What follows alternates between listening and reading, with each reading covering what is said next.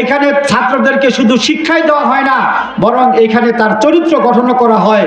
তার চরিত্র কিভাবে ঠিক হবে, কিভাবে মুআমালাত মুআশারাত, কিভাবে সে সমাজে চলবে, আল্লাহর এবং আল্লাহর আদর্শ অনুযায়ী কিভাবে জিন্দগি যাপন করবে, তার দিলকে ঠিক করা, সব ধরনের খারাপি থেকে দিলকে কিভাবে ঠিক রাখা যায়, এই জন্যে এই মাদ্রাসাগুলির মধ্যে সেই শিক্ষা দেওয়া হয়। 2 নম্বর হচ্ছে ওয়ায়ুআল্লিমুহুমুল কিতাব ওয়াল হিকমা, এবং কিতাব শিক্ষা দেওয়া, আর কোরআনে কারিমের তরজমা, তাফসীর, ব্যাখ্যা, হালাল হারাম, এই সবগুলিকে শিক্ষা দেওয়ার জন্যই আল্লাহ নবী রাসূল দুনিয়াতে পাঠাইছেন। আর সেই উদ্দেশ্যটা আমাদের মাদ্রাসাগুলি পড়ানো হয়। আজকে এই মাদ্রাসায় কোরআন শিক্ষা দেওয়া হয়, তরজমা শিক্ষা দেওয়া হয়, তাফসীর শিক্ষা দেওয়া হয়। এইগুলি আপনার সন্তানকে আমরা শিক্ষা দিব। আর ওয়াল হিকমা, হিকমার অর্থ হচ্ছে কোরআন শিক্ষা দেওয়া, কোরআনকে ভালোভাবে অধ্যয়ন করা এবং তার অনুযায়ী আমল করা। এটা এজন্য ভাইয়ের আমরা আমার সন্তানকে মাদ্রাসাগুলি পড়াবো, কোরআনের শিক্ষা দিব, দ্বীনি শিক্ষা দিব ইনশাআল্লাহ। তাহলেই আমি দুনিয়াতেও কামিয়াব হব, পরকালেও কামিয়াব হব। আল্লাহ আমাদের সবাইকে তৌফিক দান করুক। এই মাদ্রাসাকে আল্লাহ কবুল করুক, এই মাদ্রাসাকে দ্বীনের মার্কাজ হিসাবে আল্লাহ কবুল করুক। আমরা সকলে দোয়া করব এবং এলাকাবাসীর প্রতি আমার আহ্বান থাকবে, এই মাদ্রাসার মামুন ভাইকে আপনারা সহযোগিতা করবেন, ছাত্র দিয়ে, অর্থ দিয়ে, বুদ্ধি দিয়ে, যেভাবে পারি আমরা সহযোগিতা করার চেষ্টা করব। মাদ্রাসার কোনো ক্ষতি হয়, মাদ্রাসার কোনো সামান্যতম ক্ষতি হয়, এই ধরনের কাজ যেন আমরা ইনশাআল্লাহ না করি, আমরা বিরত থাকবো। আল্লাহ আমাদের সবাইকে কথাগুলির উপর আমল করার তৌফিক দান করুক। ওয়া আখিরু দাওয়ানা আসসালামু আলাইকুম ওয়া রাহমাতুল্লাহি ওয়া বারাকাতুহু। আলহামদুলিল্লাহ, আলহামদুলিল্লাহি ওয়াহদা, والصلاة والسلام على من لا نبي بعد أما بعد فأعوذ بالله من الشيطان الرجيم بسم الله الرحمن الرحيم هو الذي بعث في الأميين رسولا منهم يتلو عليهم آياته ويزكيهم ويعلمهم الكتاب والحكمة صدق الله العظيم وقال رسول الله صلى الله عليه وسلم خيركم من تعلم القرآن وعلمه إلى آخر الحديث أو كما قال عليه الصلاة والسلام।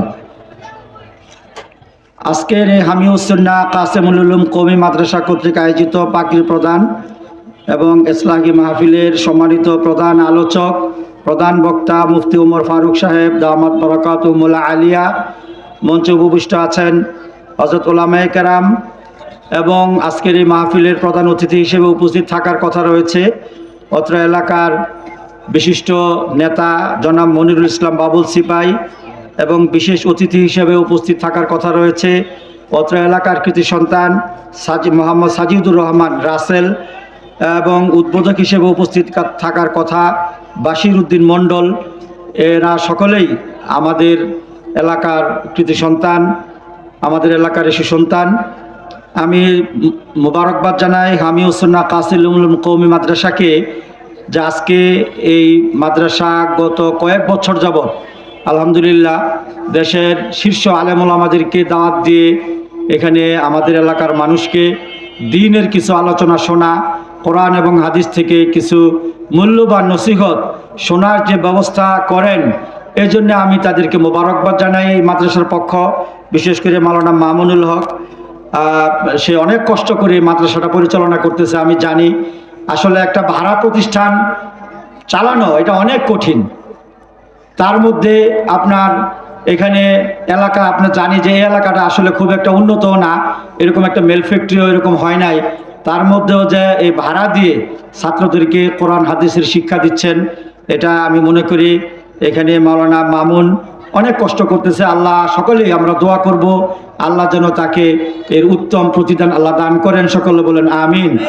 সম্মানিত উপস্থিতি, আমি কোরআনে কারিমের একটি আয়াত তেলাওয়াত করেছি। এর অর্থ হচ্ছে যে আল্লাহ পাক বলেন যে আমি রসুল পাঠিয়েছি 4টা উদ্দেশ্যে। 1 নম্বর উদ্দেশ্য হচ্ছে কোরআনে কারিমকে তেলাওয়াত করা। কোরআনে কারিমের তেলাওয়াত আসলে দেখেন, আমরা মুসলমান হিসেবে আমাদের প্রথম দায়িত্ব হচ্ছে আমাদের কোরআন শিক্ষা করা, কিন্তু আমরা কি সেটা পালন করতে পারি না? এই মাদ্রাসাগুলিতে অন্ততপক্ষে আমার সন্তানদেরকে দিয়ে আমি আমার সন্তানকে কোরআন তেলাওয়াত, কোরআন আমরা শিক্ষা দিতে পারি। এটা কিন্তু আল্লাহ নবীকে পৃথিবীতে পাঠানোর প্রধান এবং প্রথম উদ্দেশ্যটা ছিল কোরআনে কারিম তেলাওয়াত করা।